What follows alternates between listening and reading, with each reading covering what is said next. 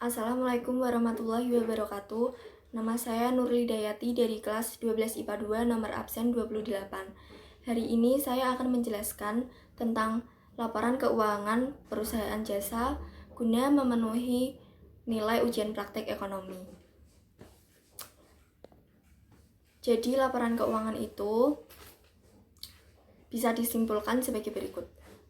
Tujuan utama dari proses akuntansi adalah memberikan informasi keuangan perusahaan yang disajikan dalam bentuk laporan keuangan.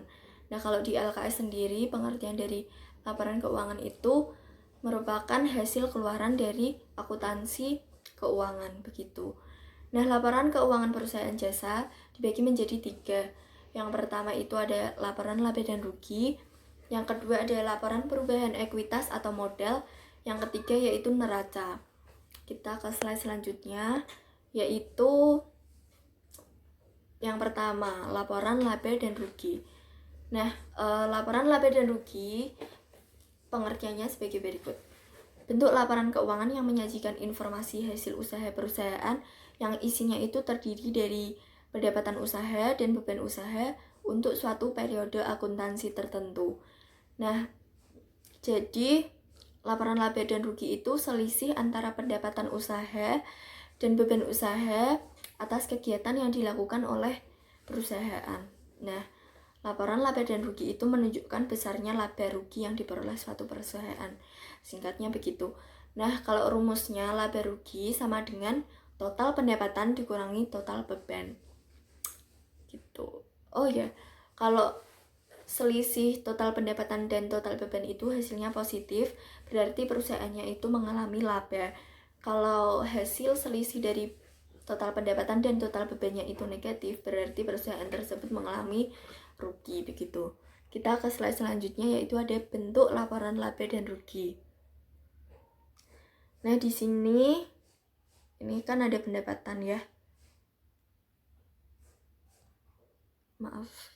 Nah, ini jumlah dari total pendapatan. Nah, ini 41.200.000. Nah, ini ada beban-beban usaha. Ini jumlahnya semua. Jumlah beban usahanya itu kan ini 34.569.000. Nah, pendapatan dikurangi beban. Jadi, jumlah pendapatannya tadi dikurangin bebannya ini, dan hasilnya yaitu positif 6.631.000. Berarti perusahaannya itu mengalami laba sebesar 6.631.000, begitu.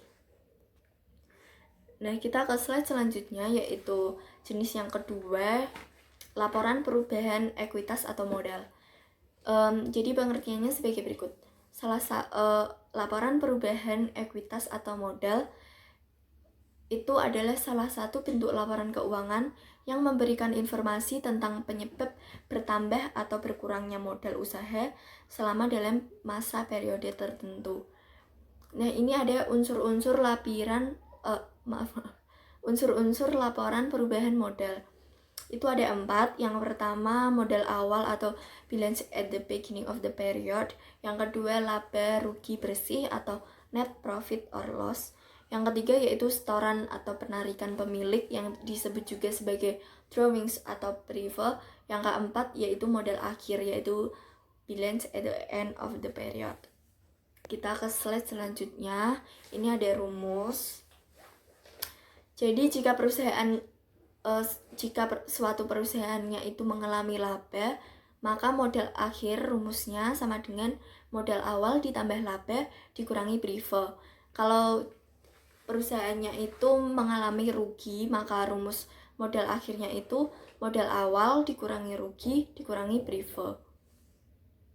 Ya, jadi bedanya ini modal awal ditambah dikurang, kalau yang rugi dikurang. Nah, ini ada bentuk perubahan modal atau ekuitas. Jadi ekuitas awal atau modal awalnya 400 juta sekian, labanya 6 juta sekian, dan prefernya 1 juta sekian. Kalau di situ kan ekuitas atau modal awal ditambah laba dikurang prefer, begitu. Itu hasilnya 400 juta sekian itu ya. itu berarti perusahaannya mengalami laba ya. Ini menghitung perubahan modal kalau perusahaannya mengalami laba.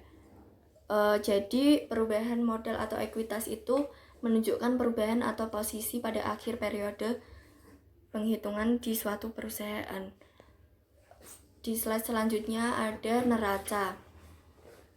Jadi pengertiannya, neraca merupakan unsur dari laporan keuangan yang digunakan untuk melakukan pencatatan informasi yang mencakup tentang aset, kewajiban pembayaran, dan modal. Nah, jadi neraca itu memberitahu mengenai seberapa kuat posisi keuangan di suatu perusahaan dengan memperlihatkan bagian yang dimiliki perusahaan dan bagian yang dipinjam dari kreditur untuk suatu jangka waktu tertentu. Nah, kalau kekayaan atau aset disajikan pada sisi aktiva, kalau kewajiban dan modal ditunjukkan pada sisi aktiva. Nah, rumusnya aktiva sama dengan pasiva. Jadi ini adalah bentuk neraca. Nah, yang di sebelah kiri itu ada aset. Jumlah aset berarti kan itu aktivanya ya.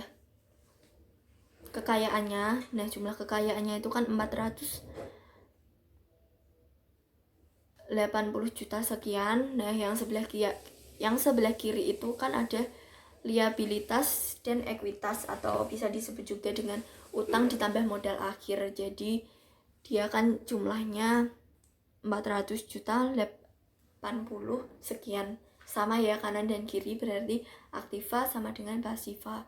Nah, itulah neraca. Baiklah, itu aja yang bisa saya sampaikan, penjelasan yang dapat saya sampaikan mengenai laporan keuangan perusahaan jasa. Mohon maaf apabila ada kesalahan, dan terima kasih.